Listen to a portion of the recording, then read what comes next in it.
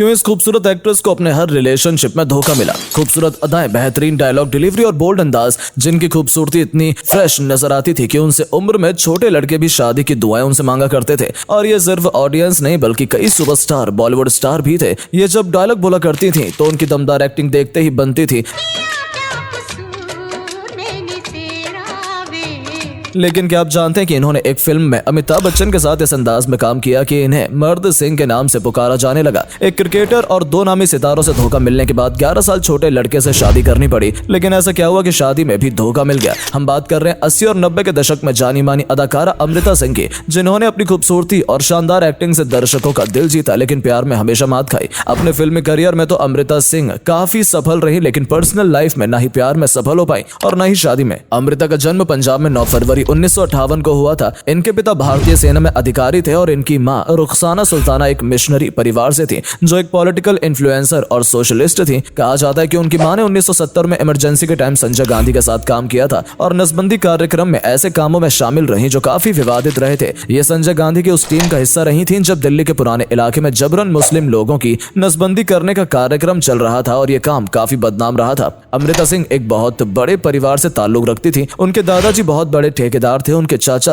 खुशवंत सिंह जो कि बहुत महान लेखक थे, जिन्हें सारी दुनिया पहचानती है। अभिनेत्री बेगम पारा उनकी बड़ी चाची थी और उनके पति दिलीप कुमार के बड़े भाई नासिर खान थे। अमृता ने दिल्ली के ही स्कूल से पढ़ाई की और उन्हें हिंदी, इंग्लिश और पंजाबी का अच्छा ज्ञान था। उनकी फिल्मी सफर भी ज्यादा मुश्किल भरा नहीं रहा था और उन्हें फिल्मों में काम पाने के लिए ज्यादा संघर्ष भी नहीं करना पड़ा। उनकी मां चाहती थी कि अमृता एक अभिनेत्री बने और उनकी मां ने अपनी कोशिशें तेज कर दी। जब उन्हें पता चला कि बी आर चोपड़ा अपनी नई फिल्म के लिए नई जोड़ी की तलाश में है, तो उनकी मां ने बहुत कोशिश की। बताया जाता है कि सलमा आगा को इस फिल्म के लिए पसंद किया गया था, लेकिन बताया जाता है कि अमृता की मां ने उन्हें कई धमकी भरे खत भी लिखे ताकि सलमा वापस अपने देश लौट जाए और ये रोल उनकी बेटी को मिल जाए, लेकिन ऐसा नहीं हो सका। लेकिन इसके अगले ही साल 1983 में अमृता को बेताब फिल्म में काम करने का मौका मिला। इन्होंने सनी देओल के साथ इस फिल्म में बॉलीवुड में एंट्री ली।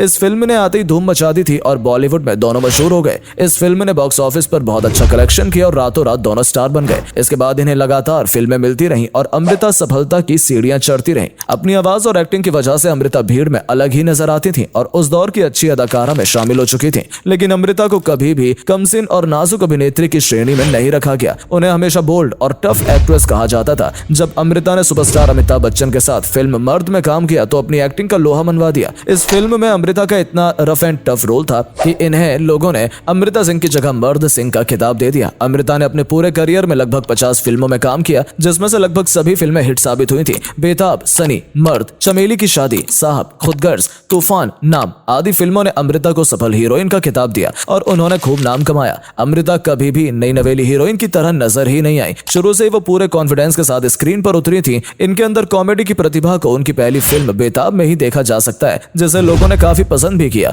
इसके बाद फिल्म आई चमेली की शादी, जिसमें उन्होंने अनिल कपूर के साथ स्क्रीन शेयर की थी और इस फिल्म में उनकी कॉमेडी का टैलेंट साफ देखने को मिलता है। वहीं नाम, साहब और वारिस जैसी फिल्मों में इन्होंने अपनी सीरियस एक्टिंग का जलवा दिखाया। इतना ही नहीं, अमृता ने नेगेटिव किरदार निभाकर भी दर्शकों को चौंका दिया था जब उन्होंने आईना और राजू बन गया जेंटलमैन में काम किया और नकारात्मक भूमिका निभाई। 1994 में फिल्म आईना के लिए इन्हें बेस्ट सपोर्टिंग एक्ट्रेस का फिल्म फेयर अवार्ड भी दिया गया था। अमृता ने अपने पूरे फिल्मी करियर में सभी दिग्गज कलाकारों जैसे अमिताभ बच्चन, सनी देओल, जितेंद्र, अनिल कपूर आदि के साथ काम किया। अमृता अपने करियर में खूब सफल अभिनेत्री रही, लेकिन अगर बात उनकी निजी जिंदगी की जाए तो उसमें इन्हें सफलता नहीं मिल पाई। कहा जाता है कि अपनी पहली फिल्म बेताब के समय अमृता सनी देओल के करीब आ गई थी। दोनों की ही पहली फिल्म थी और दोनों की नजदीकियां बढ़ गई थी और कई जगह पर दोनों साथ साथ देखे भी जाने लगे थे। बताया जाता है कि सनी इस रिश्ते को दबाकर रखना चाहते थे, लेकिन अमृता इसे आगे ले जाना चाहती थी क्योंकि वो सनी को लेकर सीरियस थी। लेकिन अमृता की मां को यह मंजूर नहीं था कि उनकी बेटी एक ऐसे अभिनेता के साथ संबंध में रहे जिसका अभी कोई करियर ही नहीं है। इसके बाद उन्होंने सनी की जांच पड़ताल की और जो सच सामने आया उसकी वजह से अमृता पूरी तरह से टूट गई। पता चला कि सनी लंदन में पले बड़े हैं और उनकी शादी पूजा नाम की लड़की से पहले ही हो चुकी है। सनी को अपना दिल देने वाली अमृता को अब समझ आया कि सनी अक्सर लंदन क्यों जाते थे और इसी के बाद उन्होंने सनी के साथ अपने रिश्ते को खत्म कर दिया। जानकार बताते हैं कि अमृता की मुलाकात एक पार्टी में भारतीय क्रिकेटर रवि शास्त्री से हुई। पहली ही मुलाकात में दोनों एक दूसरे को पसंद करने लगे और कई जगहों पर साथ साथ देखे जाने लगे।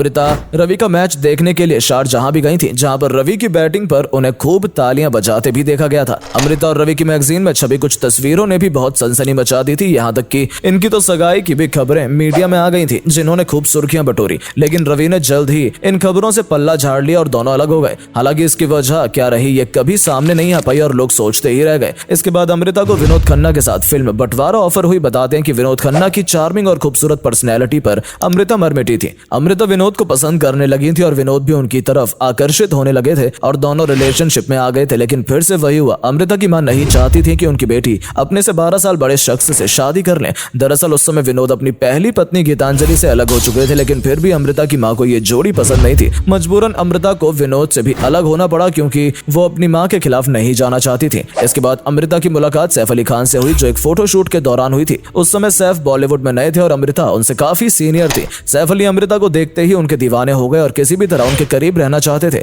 इसके बाद अमृता और सैफ की मुलाकात एक डिनर पर हुई, जहां दोनों ही एक दूसरे को पसंद करने लगे और 1991 में अमृता ने घर वालों की मर्जी के बिना ही सैफ से शादी कर ली। सैफ अमृता से 12 साल छोटे थे और उस समय बॉलीवुड में डेब्यू भी नहीं कर पाए थे। इसके बाद अमृता ने बॉलीवुड को अलविदा कह दिया और 1995 में अपनी बेटी सारा अली खान को जन्म दिया। 2001 में बेटे इब्राहिम का भी जन्म हुआ। कहते हैं कि सैफ अपने करियर को लेकर बिल्कुल भी सीरियस नहीं थे और इसी वजह से दोनों में झगड़े होते थे। लेकिन जब अमृता को सैफ और रोजा के सीरियस अफेयर के बारे में पता चला तो अमृता ने सैफ से अलग होने का फैसला लिया। बच्चों को लेकर अमृता सैफ से अलग रहने लगी। इसके बाद सैफ अली ने भी करीना कपूर से दूसरी शादी कर ली और वो करीना के साथ रहने लगे। इसके बाद अमृता ने अपनी दूसरी पारी शुरू की, जिसमें इन्होंने छोटे पर्दे पर काव्यांजलि और बड़े पर्दे पर शहीद भगत सिंह में काम किया। इसके बाद फिल्म कलयुग, 10 कहानियां, shoot out at Lokhandwala, 2 states में भी अमृता ने अच्छा रोल निभाया था। 2 स्टेट्स में उनकी एक्टिंग को दर्शकों और आलोचकों द्वारा बहुत पसंद किया गया था। अमृता आज भी पर्दे पर बहुत कॉन्फिडेंट नजर आती हैं और कुछ प्रोजेक्ट्स के साथ जुड़ी हुई हैं। उनकी बेटी सारा ने भी बॉलीवुड में काम करना शुरू कर दिया है और मां की तरह ही वो भी आत्मविश्वास से भरी हुई हैं। हम अमृता के अच्छे स्वास्थ्य और करियर की कामना करते हैं।